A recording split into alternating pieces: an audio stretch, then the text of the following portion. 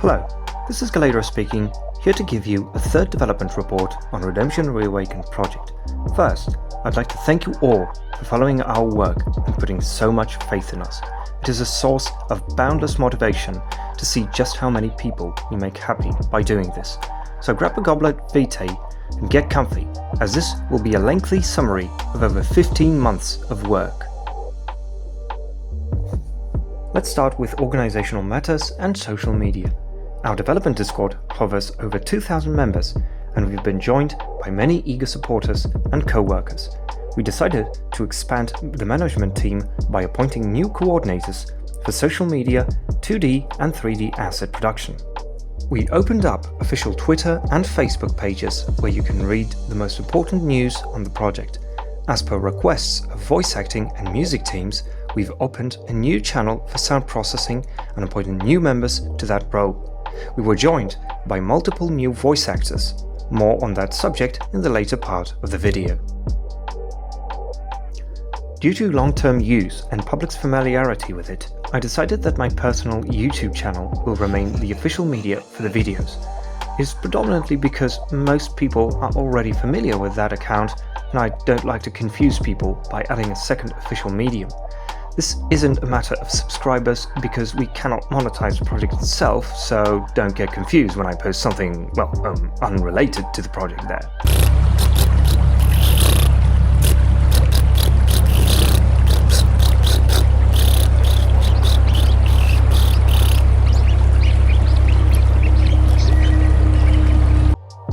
Now, let's address the Protean gangrel in elephant form in the room and talk about legal matters and how that has shaped up over the past 2 years. Good news, and I cannot stress that enough, we are safe to do this project. For now. It gets complicated, so strap in. We've managed to finally get into contact with all 3 of the stakeholder companies, Paradox, Bethesda and Activision. We've managed to get the basic stance of each company.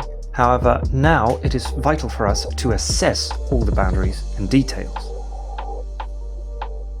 Let's recap the list of companies related to Vampire the Masquerade Redemption. White Wolf Publishing was taken over by Paradox. They own the brand, the universe, canon, lore, plot and characters. CCP denies all responsibility and ownership of any IP. Nihilistic Software is, dead. Activision currently actively owns the game itself and all the assets comprising it. Bethesda owns Skyrim, our engine platform, and they decide the guidelines and terms of use for that. So in summation, Paradox owns what the game is about, Activision owns the game and what it is made of, and Bethesda owns what we are remaking it on. When it comes to Bethesda, we have to act according to their EULA, so we cannot use any assets without permission.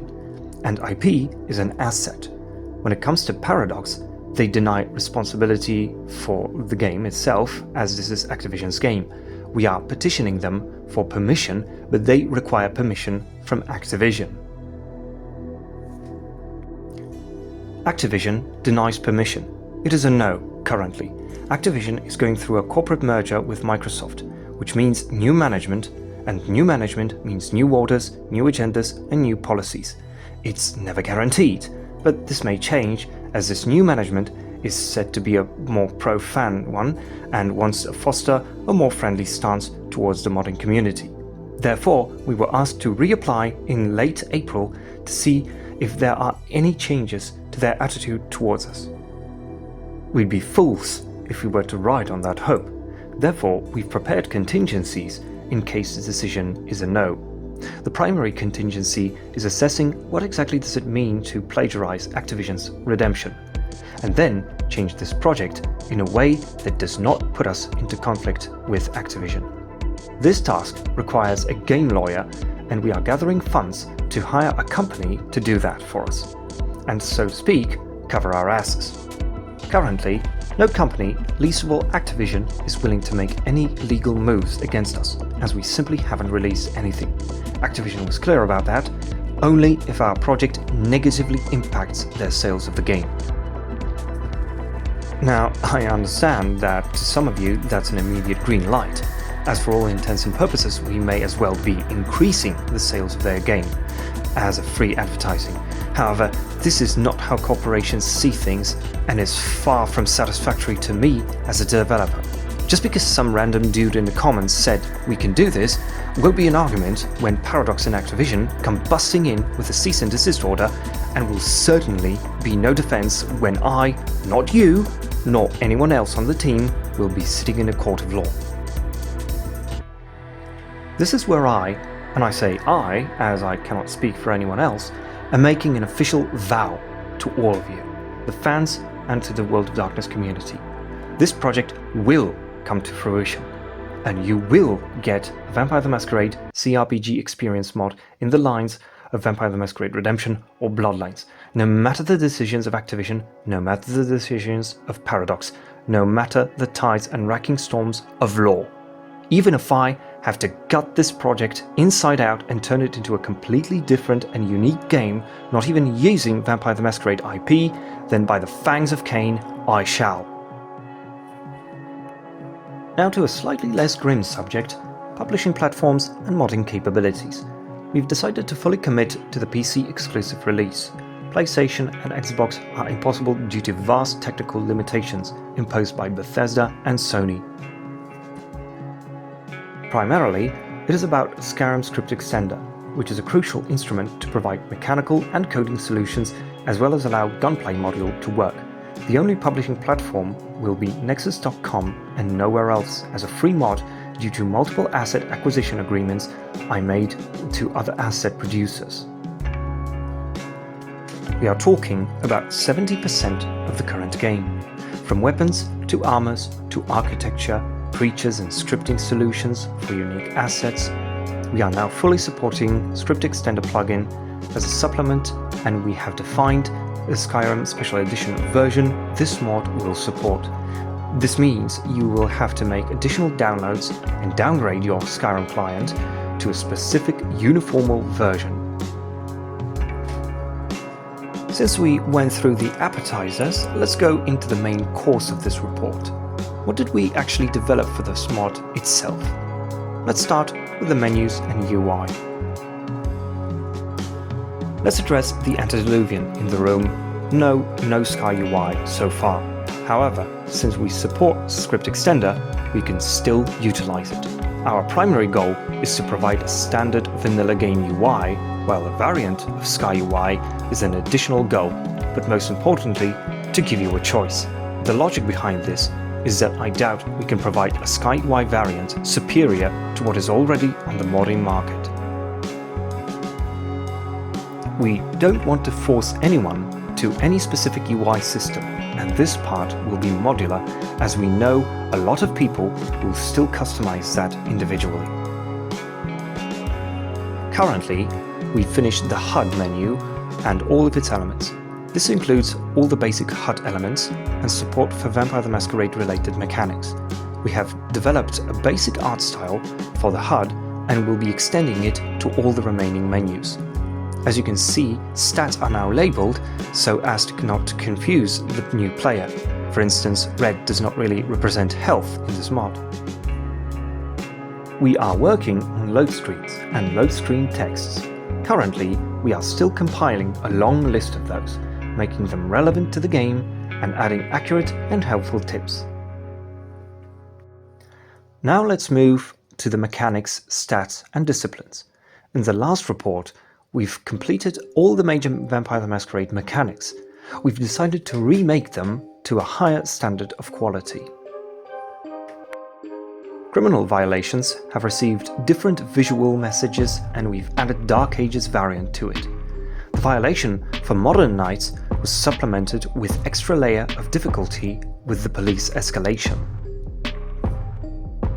Masquerade violations are now accompanied by tradition violations in the Dark Ages, and we intend to make the latter a bit more forgiving in the Modern Knight. As we develop disciplines, we are selecting what disciplines are, aren't, or will be violations in the modern age. Feeding is now much closer to classic Bloodlines style with continuous feeding animation and ticking, and it was made more secure from exploitation. It now consumes half the target's health, and you are prevented from draining your target once you are full. This means you cannot weaponize the feeding that easy. I don't think I have to mention that it's a big no-no to feed in the public for obvious reasons. We have implemented disease and poison effects that are now indicated on screen and have two various nasty effects. Poisoning will now continuously drain your health, offsetting your unnatural regeneration, while disease has a chance to force you to cough inconveniently and lose a portion of your vitae, not to mention that you're vulnerable to attack in that period. We have implemented humanity as a stat. It will now determine dialogue options, endgame, and in short term, the threshold governing frenzy. Frenzy is now a bit more user-friendly with frenzy risk state. If you go past the threshold of frenzy, you will enter frenzy risk. This affliction can be cured by drinking blood, healing, or using an appropriate discipline. But if you fail to do so in time, you will go into frenzy proper.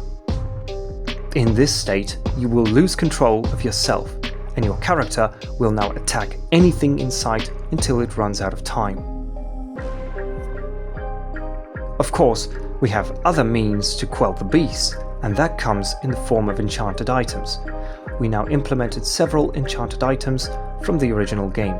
We have items that now prevent frenzy, prevent staking, items to double the blood pool, and reduce your discipline costs. One improvement in this field is that we've implemented a mechanic to not stack the effects in case you wear two items of the same enchantment. Another field where we've improved items is in the stat limitations. We now have active strength stat, and this will determine if you can or cannot equip armor and weapons. We intend to expand this to dexterity, as some weapons are more about finesse rather than brute strength. Likewise with humanity, as we implement holy and unholy items.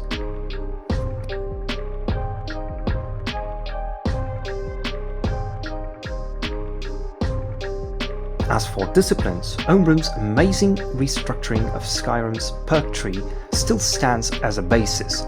We continue to explore more complex and scripted variants of disciplines.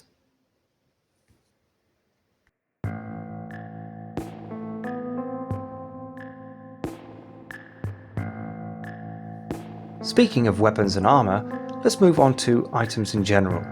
As for the medieval roster, we are nearly complete. We have all the weapons, all the armor, shields, consumables, and throwables. All that remains is to improve those in terms of graphics and application to specific disciplines. When it comes to modern age, this gets a lot more tricky. We have a considerable amount of armor, but not enough to call it a full roster. Melee weapons are nearly complete, albeit a much shorter list. Consumables are complete with new model variants to blood packs. Jewelry, scrolls, and special items are merely a small amount of variation from the originals. The biggest change is in the field of ranged weapons. Thanks to the amazing work by Decline Dawn, we now have access to properly functioning firearms, comparable with modern game quality standards. All weapons are custom animated, we have user-friendly controls, we have all the expected ways to use those as per label description of a gun in a game. So to address that Jamitsi with an elephant flesh fetish in the room, yes, we do have a solution for the lack of guns in Skyrim. Now onto the advancements in the environment works and maps. Let's start with exterior works. I managed to restructure and update Prague Old Town region. I recreated many locations up to a much higher standard of quality and implemented more custom architecture assets to give the place a more unique feel. The location now feels less like Skyrim and more in the lines of a medieval city. This level of restructuring was also extended to the Judith Bridge, as the same process changed a much more rudimentary and inaccurate bridge area into a whole new zone of its own. The changes are not limited just to medieval locations. East London area has also seen substantial improvements in architecture and certain layout decisions. Bloodline's idea of tunnel entrances was replaced with open areas and simple blockades. Multiple new modern assets have been imported to improve the area in terms of architectural quality. As for new regions, I managed to create the Northern Quarter with the graveyard and entrance to Joseph's V's tunnels. Modern London now has access to West London area with the infamous Setite brothel, as well as an access to the waterfront. As well as that, the Bohemian outskirts was extended towards the Bond silver mines area.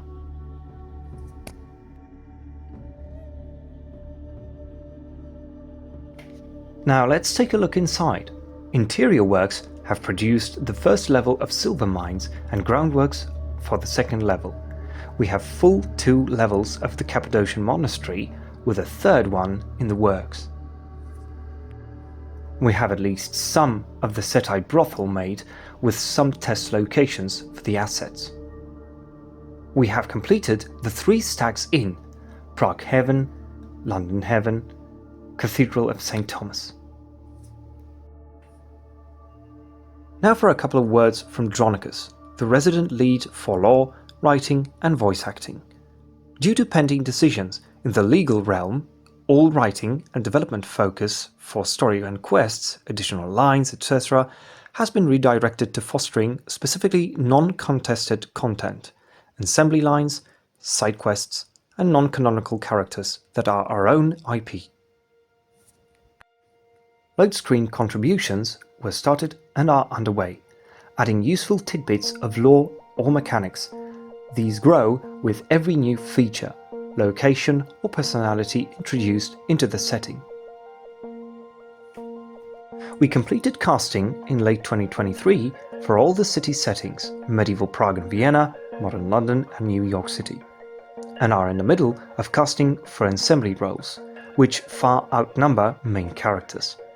Some main roles had to be backfilled as a few of our volunteers had to move on, and now we are fully cast to accommodate the script from the original game. With the implementation of mandatory sound checks, we have started sewing lines together to create spoken scenes. Many of the solo dialogue parts for the main character have been added for cutscenes, and we are very close to having all spoken lines submitted for the various vendors. This pretty much sums up all the news and developments for the project in the past year. We hope 2024 will bring a lot more interesting and important developments. We are hopeful towards a brighter and more fruitful cooperation with the original game IP holders. However, we are being more aware of our chances with this project being as it is. I'd like to lay out the currently predictable future of development for the project and lay out some agendas for 2024.